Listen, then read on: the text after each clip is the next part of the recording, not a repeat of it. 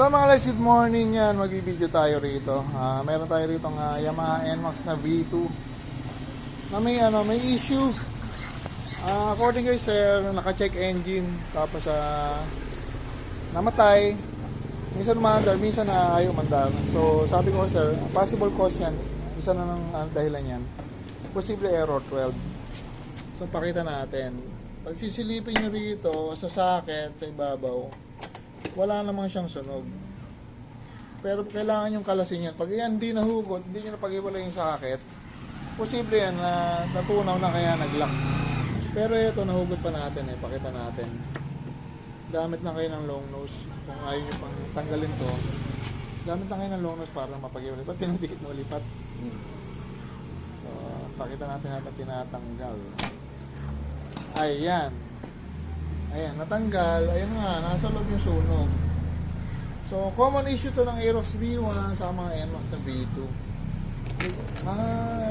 NMAX V2 yan. Aerox V2 yata, parang may ganito rin So, hindi pa lang na tinatanggal yung socket na yun lagi natutulog, natususunog. Kaya ang tawag niya dito, Horror 12. Lagi sunog yan. So, maski na yung bagong motor nyo, maganda prevention pa rin gawin nyo kasi kaysa matirikan kayo sa malayong lugar. Tapos ngayon, papakita natin paano ginagawa namin solusyon dito. Hindi kami gumagamit ng box kasi additional na payment lang yun. Parang hindi rin siya waterproof. Kasi open din naman Tapos pag gumamit ka ng box, wala ka namang crimper. So yung i-terminal, maluwag din yun. Nag-iinit din yung mga connection niya. Papakita natin yung simplest way na effective. At gumagawa kami ng pag gusto nyo paggawa sa amin. Ang sale namin 600. Wala nang box pero mas matibay. Naka i-terminal siya, ginamitan ng crimper about isa, tapos may tornilyo sa pagitan. Tapos naka shrinkable tube about isang wire, kaya hiwa-hiwalay siya talaga siya. Maski mabasa, hindi na yung papasukan ng tubig. Mamaya pakita natin paano natin gagawin. Yan, first step na gagawin natin mga LEDs.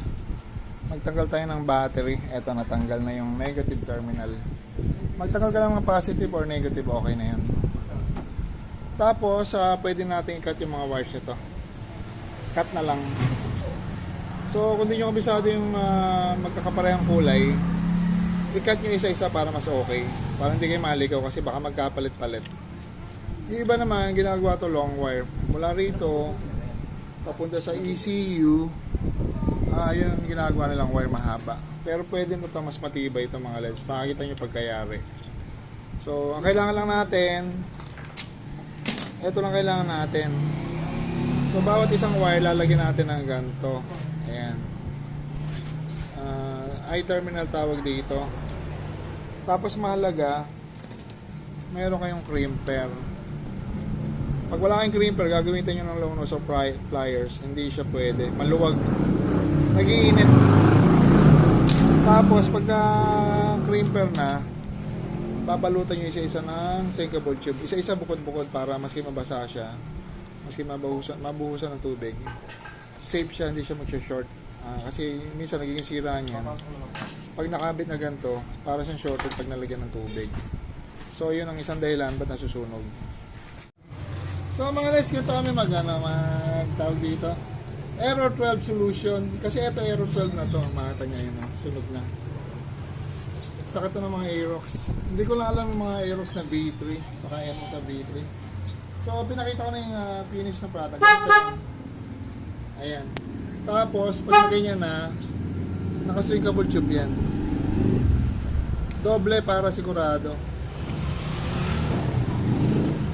So ito yung pang double. Ito.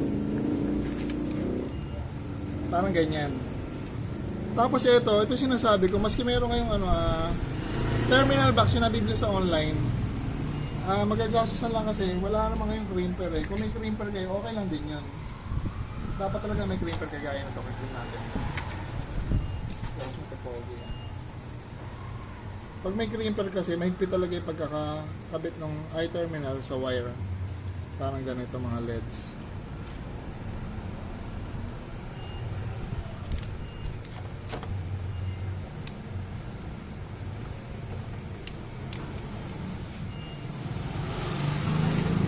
Tapos double print natin para mas matibay. Pakita mo pogi. Focus mo. So ayan, pagka naka-crimper yan, mas maikpit to, unlike ng mga ginagamitan ng mga long nose lang o plies lang. Tatanggal, nag-iinit yan eh. Tapos may ganito na, kakabitan nyo ng shrinkable tube, dalawa yan.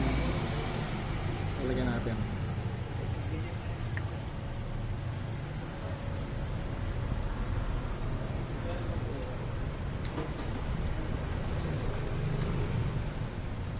Yan, hello mga sir. Pakita mo kasi sir. Sir, gawin ka sir. Hindi na yan sir. So okay na natin si sir ko. Tapos, ganito mga LEDs, mayroon kayong tornilyo. So, nalagay ko na yung shrinkable tube, doble yan, kamukha nun. Para hindi kayo malito, isa-isa nyo tanggalin dito, isa-isa nyo putulin, para hindi kayo magkapalit. Alam ko, hindi aanda rin pag nagkapalit eh.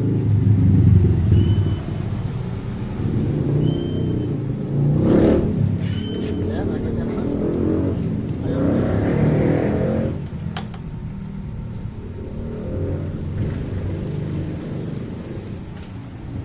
Masok.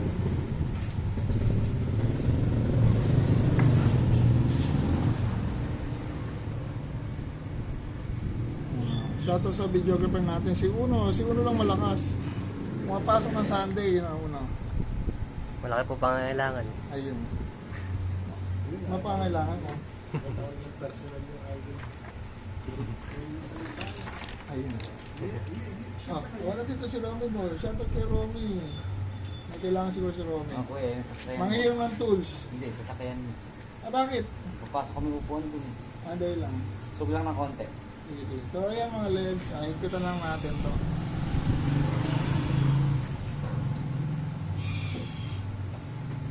Ito may natira, ilang strand lang yan. Kasi mas malaki tong wire na to, galing sa stator kasi papunta dun sa ECU.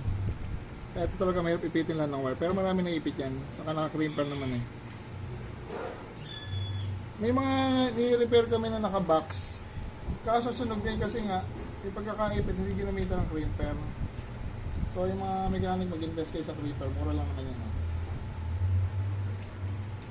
Papakita natin yung dalawa. May natitira pang isang wire na hindi pa nagagawa. Ito may isa pang pares. So ganyan lang oh. Tapos pasok na natin to. Ayan, lagyan natin ng salawal. Ay, pumasok. Tapos doble natin. Kapain nyo lang kung gitna na.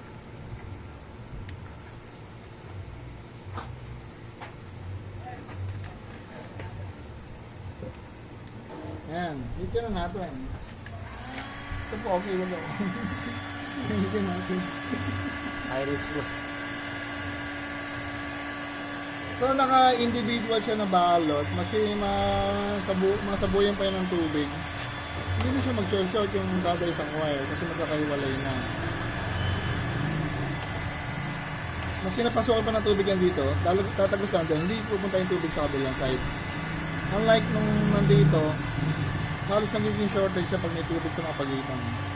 Saka yung nakabox, yung terminal box. Medyo maposisi lang trabaho yan, pero okay yan. Okay na, okay na. So ito na mga LEDs, nakabalot na isa-isa. Ayan o. Mas kita pa ganyan. Ayan. Nakabalot na isang wire. Tapos ito. Last step yung isang wire na lang. So ganyan lang yan. Maski mabasa na yan, hindi na siya mag-short. Try natin kung mawawala yung check engine. Pero yung problema rito, okay na. Maliban na lang kung may ibang problema pa yung motor na isa. Kasi minsan sa Error 12, may ibang nasisira. Pero ito siguro wala naman. Yan mga LEDs, na tayo rito. Ito na yung solution. Kasi hindi na to prevention. Nasunog na nga yung sakit eh. So iwahiwalay na yan. Pwede natin cable tayo ng mga ganyan. So ito na siya.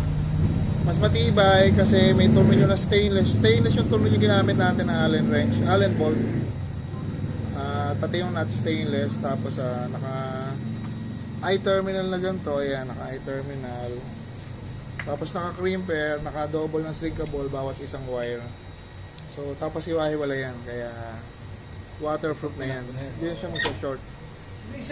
Yung check engine niya nandito pa rin. Titingnan natin kung mawawala pag tinakbo or kailangan pa delete sa diagnostic tool. Pero minsan nawawala din. Kung ito lang yung cause ng check engine, baka may iba pa kasi. So malalaman natin. So dala tayo rito mga LEDs. Ang bayad ang singil namin sa ganito 600 lang pagka yung socket problem lang yung ganito lang na repair. Pero kung may iba pang sira yung check engine mo, yung Aero 12, bukod po yun. Hindi na kami gumagawa nun. So ito lang ginagawa talaga namin. Yan mga LEDs, thank you.